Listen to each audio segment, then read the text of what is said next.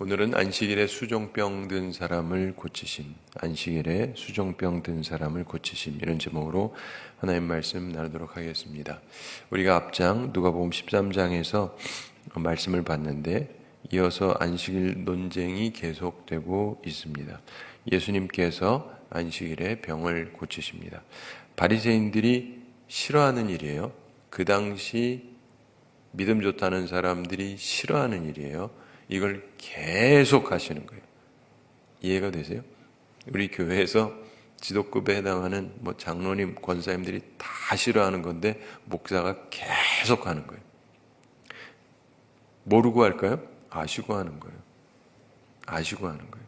근데 이거는 반드시 이 자기들이 지도자들이라고 생각하고 자기들이 믿음 좋다고 하는 사람들이 자기가 바뀌어야 되는 거지 예수님이 자기들한테 맞춰서 될 일이 아닌 거예요. 그래서 이 부분을 여러분이 잘 이해하셔야 됩니다. 그 다이내믹스가 항상 동일하게 돌아가요. 언제나. 그리고 주님을 영접하면 내 인생에 도움이 되고 배척하면 내 인생이 망하고 후손도 망한다. 이건 어느 시대나 동일합니다. 그래서 그 원리를 잘 이해하셔야 돼요. 오늘 내용을 보면은 13장에서는 회당에서 여성을, 그리고 본문에서는 개인집에서 남성을 고쳐주시는, 그러니까 13장에서 회당에서 고치시고 이런 것들이 있는데, 그리고 개인집에서 남성을 고치고 이런 것이 있는데, 장소 불문하고 성별을 불문하고 결국 가리지 않고 고치셨다, 이런 얘기입니다. 예수님이 처음엔 그럴 일이 없었던 게 사람들이 안 오니까요. 근데 그 다음부터 점점 사람들이 싫어하는 거 아는데 점점 예수님이 더 심하게 하시는 거예요. 장소 불문, 남녀 불문 계속 하시는 거예요. 이해가 되시죠? 예. 근데 싫어하는데, 그러니까 어떠고 싶겠어요? 죽이고 싶다까지 가시는 거예요. 자, 오늘 내용 일단 살펴보겠습니다. 1절 함께 읽어보겠습니다. 안식일에 예수께서 한 바리새인 지도자의 집에 떡 잡수시러 들어가시니 그들이 엿보고 있더라. 아멘. 안식일이라고 분명히 얘기하고 있습니다. 바로 이 날을 염두에 두어야 합니다. 아마도 금요일 저녁 만찬일 수 있습니다. 왜냐하면 지금 여기서 얘기하는 것은 그 회당에서 이런 게 아니고 개인집에서 바리새인 지도자의 집에 떡을 잡수시러 들어갔다. 그러니까 식사하러 들어갔다 이겁니다. 식사 초대를 받은 거예요. 그래서 가셨을 겁니다. 초대한 사람은 바리새인이고 바리새인 중에 지도급이었습니다. 바리새인 중에 지도급이었다. 그러면 어떤 부분에 있어서 이 장로님 중에서도 제일 위에 있는 듯한 느낌이 드는, 무슨 말인지 아시죠? 그런 사람의 집에 지금 식사하러 가신 거예요. 초대를 받았습니다. 바리새인 가운데 두령, 지도자급인데 그런 사람이 초대를 했습니다. 내용을 보면 음식도 잘 대접한 것 같습니다. 간혹 가다가 누구냐에 따라서 대접하겠다고 그러고 대접도 푸대접하는 경우도 있지만 지금 이 경우는 그런 게 아니에요. 이 사람은 지도자답게 예수님을 잘 대접을 한 것 같습니다. 그러니까 그 부분을 염두에 두셔야 돼요. 그럼에도 불구하고, 그런데 여기 보면 이상한 말씀이 나오는데 그들이 엿보고 있더라, 이런 얘기가 나옵니다. 그런데 이 식사 자리는 진정한 의미에서 영접하는 자리가 아니었다는 거예요. 식사 자리는 잘 차려놨지만 대접하려고 하는 자리는 아니었던 것인데 엿보고 있더라. 예수님을 초대한 목적은 예수님을 관찰해서 고소할 근거를 찾으려는 것이었습니다. 사람 중에 보면은요, 뭐든지 건 잡으려고 하는 사람이 있어요. 근데 바로 그런 얘기예요. 그러면서 2절 함께 읽어보겠습니다. 주의 앞에 수종병 든 한 사람이 있는지라. 아멘. 주의 앞에. 바리새인들이 일부러 그렇게 배치했을 수 있어요. 식사하러 갔는데 이제 사람 중에서 별 생각 없는 분이 있고 다 생각이 있는 사람이 있어요. 근데 제 앞에 누구를 앉혀요. 그러면 이유가 있는 거겠죠? 이유가 있잖아요. 아무래도 보게 되고 대화가 쉽지 않습니까? 그런데 주의 앞에 수종병 든 한 사람이 있다. 우리나라하고 달리 이스라엘에서는 초대받지 않은 사람이 들어올 수도 있기는 한데 그래서 들어온 건지 하여간 알 수는 없지만 주의 앞에 수종병 든 한 사람이 있었다. 계획적으로 이 사람을 데려다 놓은 건지 아니면 그냥 어떻게 들어온 건지 그거는 우리가 정확히는 알 수 없습니다.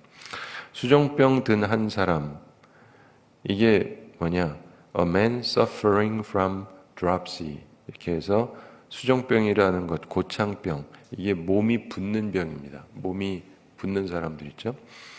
액체 성분이 고여서 얼굴도 붓고 팔도 붓고 다리도 붓고 가슴과 배, 심지어 온몸이 붓는 질환인데 이 자체로도 병세가 심하지만 콩팥, 간, 심장 등에도 나쁜 영향을 주는 병입니다. 예수님께서는 사랑과 긍휼의 마음을 가지셨죠. 그를 볼 때 분명히 연민의 정을 느끼셨을 것입니다. 또한 예수님은 능력자시지 않습니까? 얼마든지 고쳐주실 수 있습니다. 따라서 무엇이 발생할지 우리는 예측이 되죠. 우리는 예측이 되잖아요. 일단 마음이 차가운 사람이면 관심이 없겠지만 이분은 따뜻한 마음을 가지신 분이고 또 내가 아무리 마음이 따뜻해도 내가 능력이 없는 데는 어떻게 도울 수가 없잖아요. 근데 예수님은 전능한 능력을 가지신 분이기 때문에 이 두 가지를 가지신 분이 그 사람을 봤을 때 어떤 일을 할 것이냐는 우리 마음에 쉽게 다가오지 않습니까? 이분은 고쳐주실 것이다. 이런 생각이 들고 실제로 예수님이 고쳐주십니다. 그리고 바리새인들도 그 생각을 다 했던 것 같아요. 우리만이 아니라. 참 재미있는 사실은 저를 좋아하는 사람보다 저를 싫어하는 사람이 저를 더 잘 아는 경우가 많아요. 분석을 열심히 해서. 무슨 말인지 아세요? 나를 좋아하는 사람은 그냥 좋아하는 거죠. 근데 싫어하는 사람은 어떻게든 공격 포인트를 잡아서 나쁜 말을 해야 되기 때문에 열심히 분석을 해요. 네, 진짜예요. 그래가지고 근데 이 사람들이 예수님에 대해서 몰랐을 리가 없어요. 예수님이 마음이 동할 것이다. 고치려고 할 것이다. 근데 이날은 무슨 날이라고요? 안식일. 자기들의 관념에선 어떻게 해야 돼요? 고치면 안 돼요. 근데 예수는 고칠 거다. 그러니까 엿보는 거예요. 이 상황을 이 사람들은 즐기는 거죠. 셋업을 해놓고 자, 어찌할 거냐. 그런데 예수님께서도 다 아시죠. 예수님은 더 잘 아시죠. 3절 함께 읽어보겠습니다. 예수께서 대답하여 율법 교사들과 바리새인들에게 이르시되 안식일에 병 고쳐주는 것이 합당하냐 아니하냐. 아멘. 예수께서 대답하여, 자, 누가 질문을 한 것일까요? 잘 모르겠는데 어쨌든 지금 이렇게 설명이 되고 있습니다. 예수께서 대답하여 율법 교사와 바리새인들에게 이르시되, 바리새인 지도자의 집이기 때문에 이런 사람들이 아무래도 많았겠죠. 그런데 안식일에 병 고쳐주는 것이 합당하냐 아니하냐. 그들이 곤란해할 질문을 하신 거예요. 일부러. 구태여 고치시기 전에 먼저 질문을 하시는 것입니다. 누가복음 6장에서도 안식일에 손 마른 사람을 고치시기 전에 질문을 하신 내용이 나왔었죠.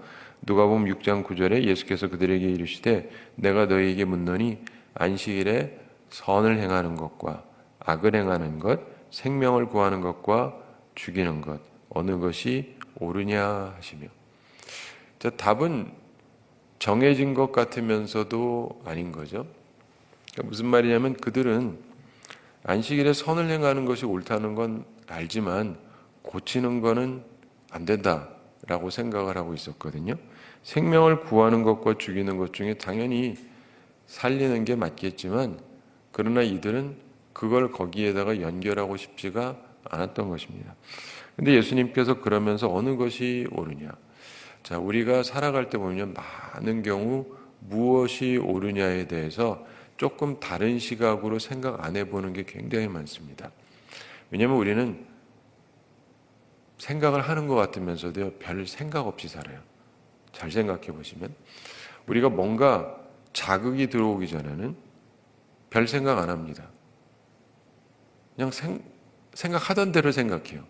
생각하던 대로 생각하고 그냥 하던 대로 합니다.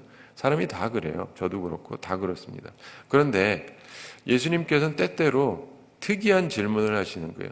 그들이 생각했던, 보아왔던 관점하고 전혀 다른 관점으로 얘기를 하시는 거예요. 이해가 되세요? 전혀 다른 관점으로. 저희가 있는 데가 우리가 대한예수교 장로회 통합측인데 소위 한국에서 제일 큰 교단 중에 하나다 이렇게 얘기를 하죠. 실제적으로 우리 장로교가 한국에서는 제일 크고 그리고 그 장로교도 몇 개로 나눠져 있는데 우리가 그 중에 제일 큰 데 중에 하나인데 그 전체를 총회라고 그러고 이걸 나누어서 노회라고 얘기하는데 노회가 69개 노회가 있습니다. 69개 노회가 있는데 뭐 다 똑같이 이렇게 나눈 것이 아니기 때문에 어떤 노회는 작고 어떤 노회는 꽤 크고 뭐 그렇습니다. 그럼 우리가 속한 노회는 평남 노회는 이렇게 보면 어느 정도냐? 우리가 제일 커요. 1등이에요. 숫자적으로. 그러니까 69개 노회 중에 저희가 제일 큽니다. 그러니까 몸집이 제일 큰 사람이랑 비슷해요. 그러니까 우리들의 영향력이라는 게 있기는 있는데 사실은 영향력이 별로 없어요.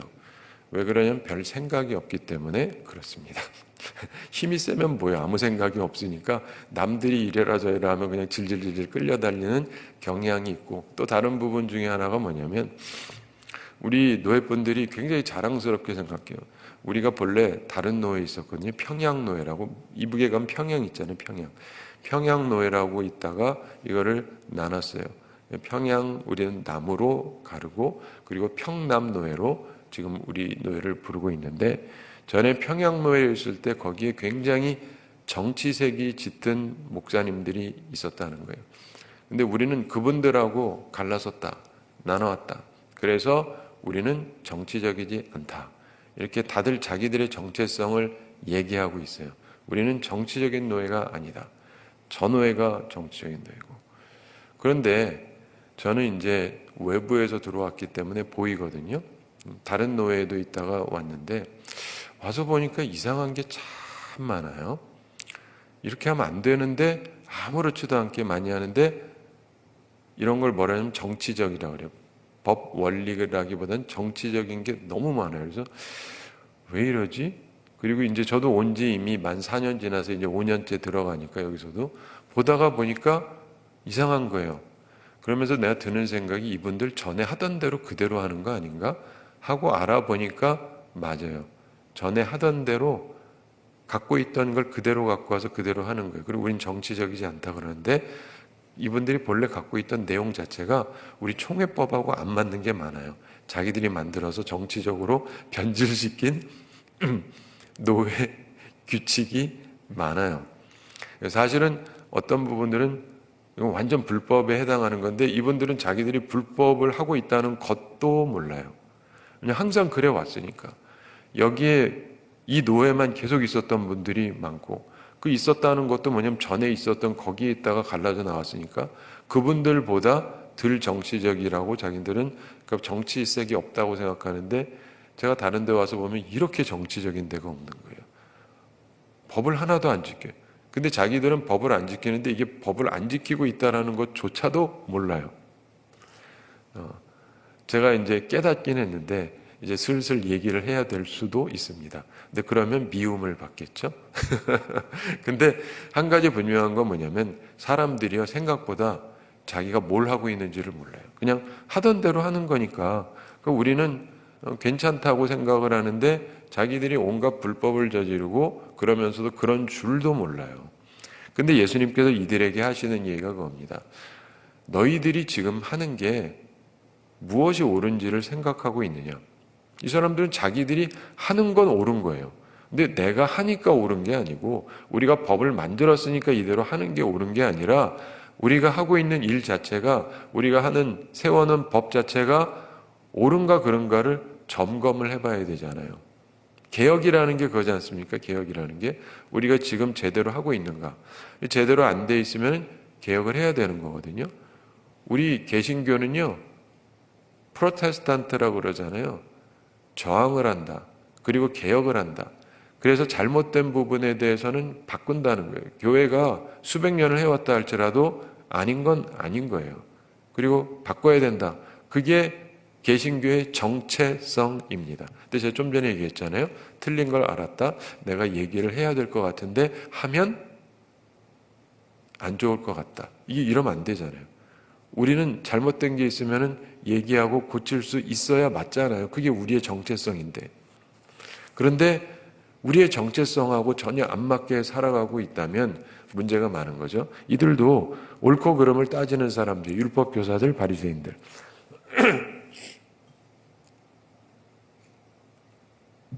그리고 하나님 앞에서 무엇이 옳은가를 생각하는데, 그러면 하나님께서는 무엇을 좋아하실까를 생각을 해야 되잖아요.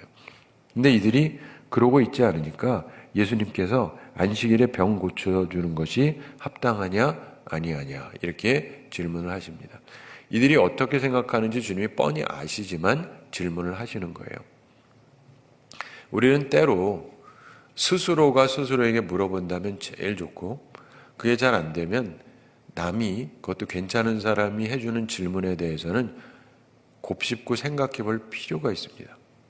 근데 정말 중요한 것은 더 나아가서 좀 전에 말씀드린 것처럼 나 스스로가 나를 점검할 수 있는 상태까지 가는 게 좋습니다. 왜냐하면 시간이 지나면 내가 나이가 먹고 내가 지위가 높아지기 때문에 누가 날더러 이래라 저래라 말을 잘 못합니다. 그 다음에 내가 나를 점검할 수 있어야 돼요. 자, 그런데 이렇게 질문하는데 이들이 뭐라고 대답을 하느냐. 4절 함께 읽어보겠습니다. 그들이 잠잠하거늘 예수께서 그 사람을 데려다가 고쳐 보내시고. 아멘. 그들이 잠잠하거늘 답을 안 해요. 왜요? 몰라서? 알죠. 왜 몰라요? 자기들이 여기 능한 사람들인데, 그 자기들의 틀이 딱 있는 사람들인데, 근데 아무 말을 안 합니다. 아무도 아무 말을 안 해요. 여기에서 이 사람들의 사악함이 드러나고 있어요. 사랑하는 성도 여러분, 우리 살 때 보면은 말할 때가 있고 잠잠할 때가 있기는 한데, 말해야 될 때 잠잠한 사람들이 생각보다 굉장히 많아요. 비겁한 사람들. 비겁한 사람들. 어떤 사람이라고요? 비겁한 사람들. 말해서 손해볼 것 같으니까 말 안 하는 거예요. 이런 거를 비겁하다고 얘기하는 거예요. 우리가 살아가면서 철없는 사람들이 아무렇게나 막 대들고 이러는 건 철없는 거고, 진짜 용감한 사람은 이게 나한테 손해가 갈 것 같고 나한테 해가 올 것 같고 그 겁이 나요. 그런데 할 말을 하는 사람을 용감하다고 얘기하는 겁니다. 겁이 안 나서 얘기하는 거면 지멋대로 말하고 싶은 거 말하는 거고, 그게 아니라 나도 상황 파악은 되고 이게 얘기하면 나한테 별로 좋을 거는 없다 할지라도 이게 옳은 것이니까 말을 해야 되는데 이들이 말을 하지 않습니다. 비겁한 거예요. 생각보다 종교 지도자들 가운데 비겁한 사람들이 굉장히 많습니다. 그냥 많은 게 아니라 굉장히 많아요. 저도 비겁하지 않으려고 노력은 하는데 그게 또 쉬운 일만은 아닙니다. 아무 데서나 그냥 아무렇게나 막 말할 수는 없잖아요. 근데 중요한 순간에 할 말은 해야 되는데 예수님께서는 이게 이들을 꼭 가르쳐야 되는 굉장히 중요한 부분이기 때문에 또다시 영어로 confront 한다고 얘기하는데 이들하고 딱 맞대면 하시는 거예요. 우리는 일반적으로 피하려고 그러잖아요. 갈등을 피하고 싶어 하죠. 근데 예수님은 자꾸 confront 하세요. 자꾸 갈등 상황을 만드세요. 왜요? 싸우려고? 아니요. 이 사람들을 바꿔야 되니까. 그리고 너희들이 내 말을 받든 배척하든 너희들에게 선택이지만, 그러나 너희들이 나를 배척하면 너희들은 죽을 수밖에 없다요. 내가 죽이겠다가 아니라 너희들 상태가 죽을 거니까.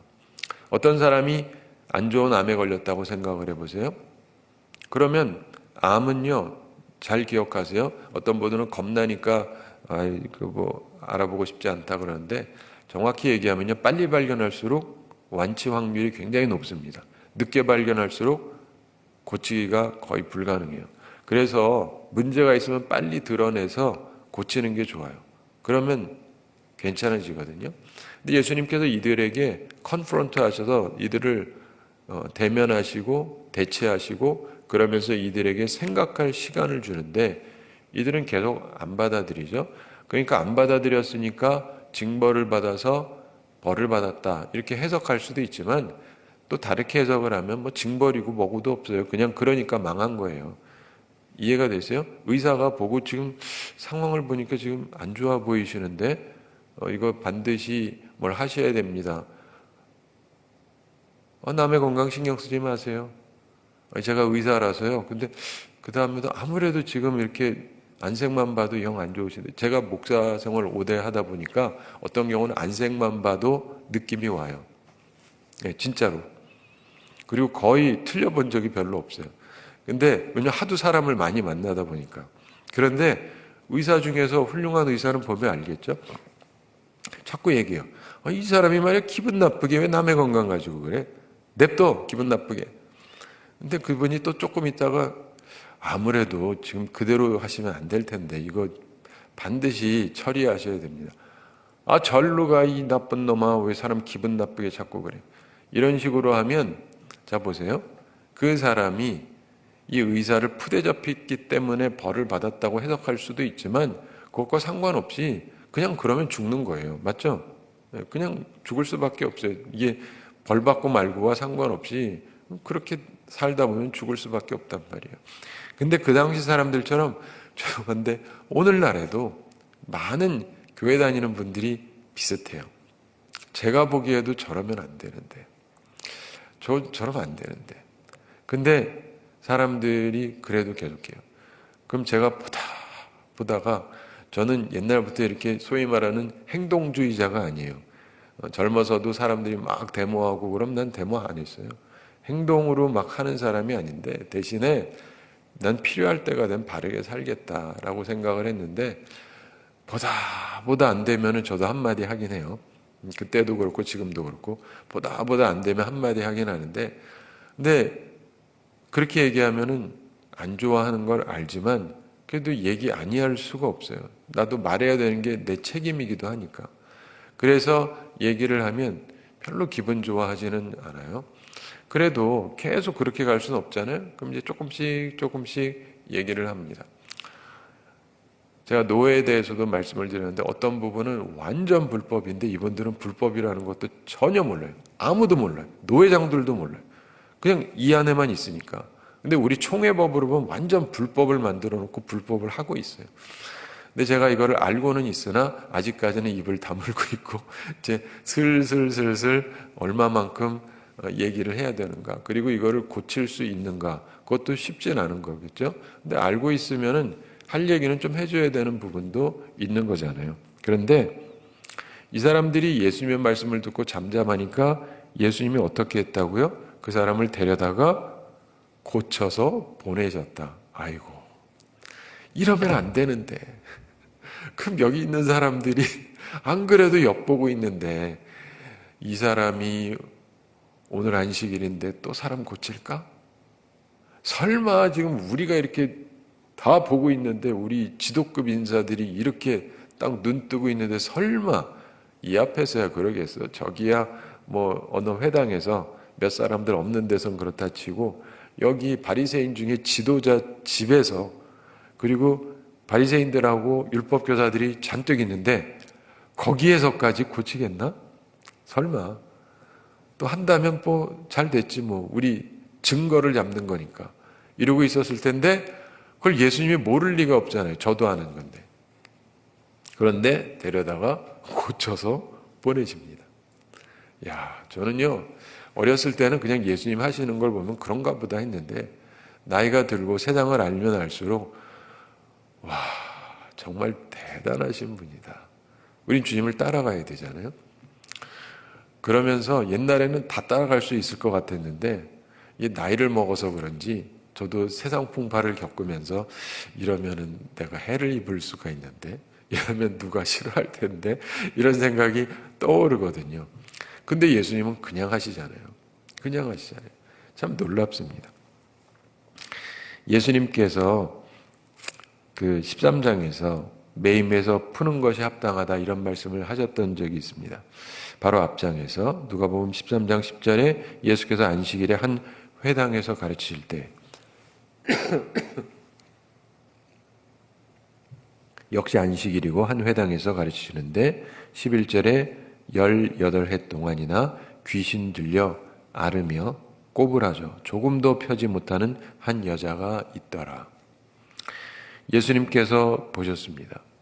18년 동안 이 병의 이유가 귀신 들려서 앓고 있었다. 꼬부라졌다. 조금도 펴지 못했다. 근데 이 경우는 주님께서 묻지도 않고 고치셨습니다. 그리고 회당장이 시비를 거니까 말씀을 하셨죠. 16절에 그러면 18해 동안 사탄에게 매임받은 이 아브라함의 딸을 안식일에 이 매임에서 푸는 것이 합당하지 아니하냐. 사탄에게 매여 있으니까 이걸 푸는 건데 이게 합당한 게 아니냐. 그들은 그렇게 생각하고 있는 게 아니거든요. 자, 보시면은 오늘 본문에서도 그들이 잠잠하거늘 반대할 수 있습니다. 그런데 침묵했어요. 왜 그럴까요? 양심 때문일까요? 그거는 성경이 설명하고 있지 않고 예수께서 그 사람을 데려다가 고쳐 보내시고 능력의 주님께서 고쳐 보내십니다. 참 주님은 대단하신 분이에요. 그러니까 여러분들이요, 항상 기억하실 게 교회 오실 때 주님을 만나러 오셔야 돼요. 굉장히 중요한 원리입니다. 다 아는 것 같은데 대부분 생각을 안 해요. 왜냐하면 주님은 눈에 안 보이니까. 교회 오면 목사는 보이죠. 장로님도 보이고 권사님도 보이고 교인들도 보이고 사람은 보이는데 하나님은 안 보이시잖아요. 그러나 여러분이 항상 기억하셔야 돼요. 교회 올 때 하나님 만나러 오는 것이다.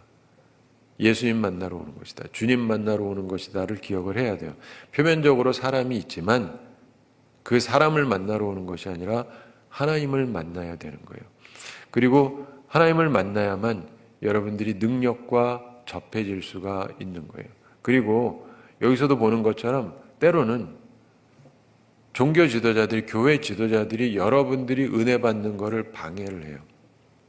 저도 항상 그 생각을 하면서 조심합니다. 나 때문에 은혜를 못 받을 수 있다. 조심하자. 근데 대부분의 사람들은요, 제가 지금 말한 거 생각 자체를 안 해요. 목사나 장로나. 나 때문에 은혜 못 받을 수 있다고 항상 생각하는 사람이 있는지 살펴보세요. 제가 알기로는 거의 없어요. 나 때문에 은혜 못 받을 게 뭐 있어. 왜냐면 내가 하는 건 다 옳은 일이니까. 무슨 말인지 알죠? 자기 분석이 안 되는 거예요. 저도 그렇고 살다가 보면은 잘못할 수 있잖아요. 실수할 수 있고, 주님에게 다가가고자 하는 사람을 내가 선의인지는 몰라도 잘못된 판단 때문에 막을 수도 있거든요. 그걸 조심하려고 항상 생각을 하는데 대부분의 사람들은 그냥 하는 대로 한다니까요. 그래서 내가 항상 이래왔고 그러는 거고, 그러니까 그래야 되는 거예요. 이해가 되세요? 그러니까 당신은 그러면 안 되는 거예요. 주님 만나긴 뭘 만나? 라고 얘기는 하지 않지만 말하자면 별로 관심이 없는 거예요. 그런데 이런 부분에 있어서 예수님께서는 어떠한 경우에도 만나주시잖아요. 그러므로 여러분이 주변 환경 보고 겁내고 그러는 게 아니라 어떻게든 눈에 보이지 않는 주님을 만나려고 노력하셔야 돼요. 그리고 그분의 내게 들려주는 복음을 들으셔야 돼요. 근데 제일 좋은 거는 목사가 온전해서 주님의 말씀을 온전히 대변한다면 그대로 들으면 되니까 좋죠. 교회에서 뭐 장로님이나 권사님이나 집사님이나 모든 성도들이 다 주님을 잘 따르는 사람들이면은 그분들을 통해서도 온전한 게 나올 테니까 그대로 받으면 제일 좋겠죠. 그런 교회가 된다면 제일 좋겠죠. 그래서 그렇게 하려고 노력은 해야 되지만 꼭 그렇다는 보장이 없어요. 그렇기 때문에 여러분들이 어떠한 경우에도 나는 은혜를 받아야 된다. 나는 어떠한 경우에도 주님을 만나야 된다. 여러분이 오늘도 나오셨는데 이 추운 날씨에 왔잖아요. 그러면은 왔으면 하나님이 내게 오늘 뭔가를 말씀하실 거라는 기대감을 갖고 있어야 돼요. 내가 뭐 하나는 잡고 가겠다 이 생각이 있으셔야 돼요. 그냥 왔다 가면은 너무 허무하지 않습니까? 이 추운 날에 괜히 이렇게 추운 날에 괜히 다니다가 몸에 탈날 수도 있고. 그런데 주님 앞에 왔는데 그러면 뭔가를 꼭 받아가셔야 돼요. 사람은 여러분을 신경 안 쓸 수 있어요. 주변에 아무도 여러분에게 신경 안 쓸 수 있어요. 어떠한 종교 지도자, 어떤 교회 지도자도 여러분한테 관심이 없을 수 있어요. 오히려 여러분이 은혜 받는 걸 싫어할 수도 있어요. 그러나 그래도 은혜 받아야죠. 네. 5절 함께 읽어보겠습니다. 또 그들에게 이르시되 너희 중에 누가 그 아들이나 소가 우물에 빠졌으면 안식일에라도 곧 끌어내지 않겠느냐 하시니. 아멘. 또 그들에게 이르시되 율법교사 바리새인들에게 다시금 말씀하십니다. 너희 중에 누가 그 아들이나 소가 우물에 빠졌으면, 이 얘기는 위기에 처했다 이 말이거든요. 내 아들이 물에 빠졌다, 소가 물에 빠졌다, 위기의 상황, 안식일에라도 곧 끌어내지 않겠느냐 하시니, 곧 지체하지 않고 생명을 구하는 걸 할 거라는 겁니다. 내 아들이니까, 내 소니까, 내 동물이니까, 요즘 우리 한국 사람으로 치면 내 고양이니까, 내 개니까 살리려고 하겠죠. 그러지 않겠느냐. 예수님이 이 말씀을 하십니다. 그런데 참고로 극단적인 사람들이 있었어요. 예수님 앞에 있는 사람들보다 더 극단적인 사람들이 있었어요. 쿰란 사람들의 기록에 의하면 안식일에 끌어올리지 말라 이랬어요. 예외적인 사람들인데, 여러분 그 이스라엘을 이렇게 성지순례를 가다 보면 어떤 사람들이 굉장히 극단적으로 살았던 사람들이 있어요. 그러면 사람들이 보고 막 은혜를 받고 오는데 그 자리에서는 은혜 받으시면 안 돼요. 아, 저러면 다 죽는구나, 이걸 깨닫고 이러지 말아야지를 생각해야지. 극단적인 사람들은요 다 죽습니다. 근데 이상하게 하면서 뭔가 여기를 의미 있게 만드느라고 이렇게 살았다고, 다 은혜 받았다 그러고,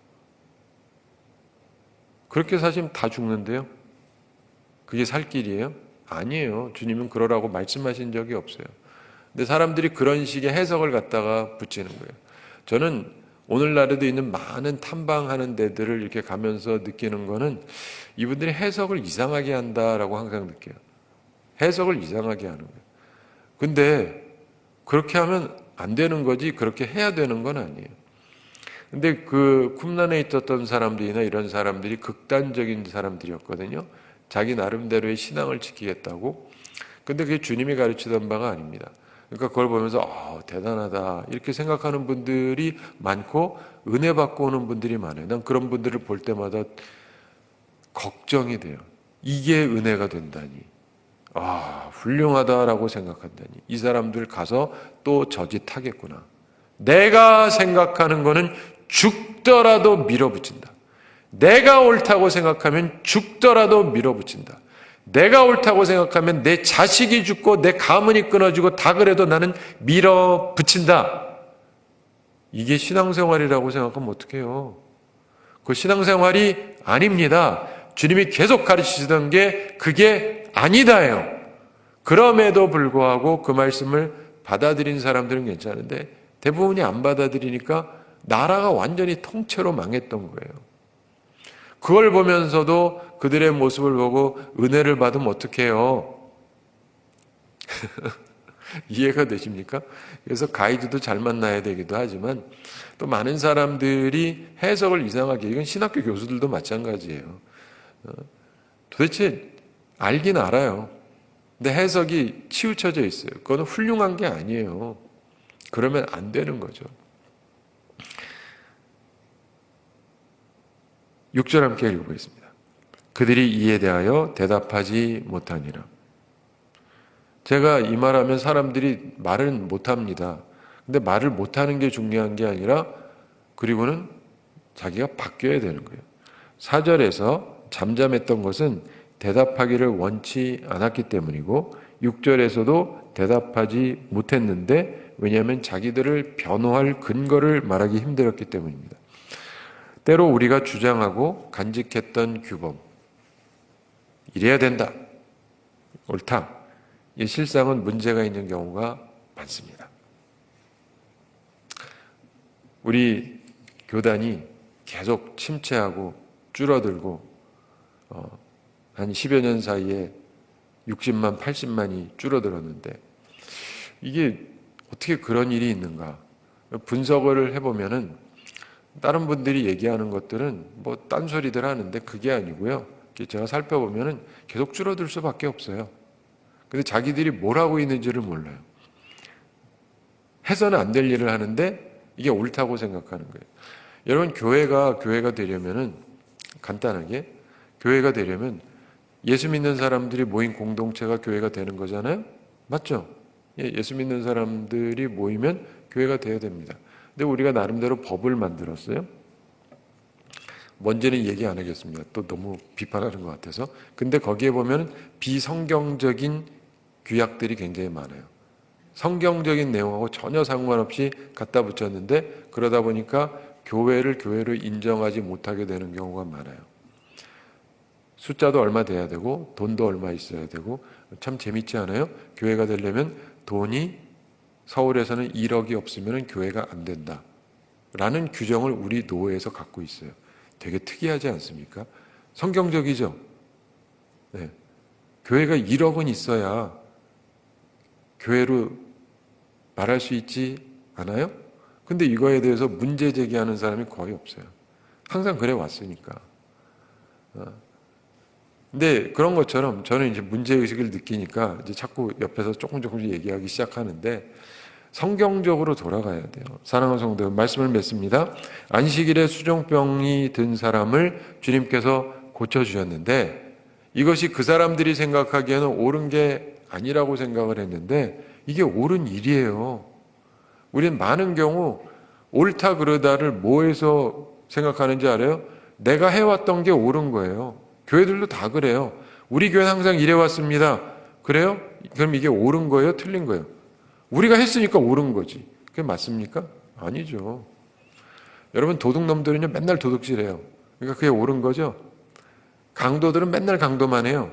그게 옳은 거죠? 아니잖아요. 강간범은 맨날 강간해요. 그러니까 그게 옳은 겁니까? 아닌 거지. 해왔던 거라도 아닌 거는 아닌 거죠. 바꿀 건 바꿔야 되는 거예요. 근데 예수님이 이 도전을 계속하시는 거예요.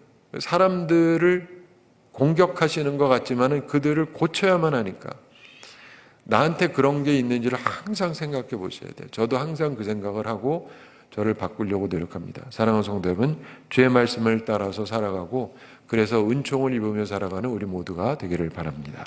우리 함께 기도하겠습니다.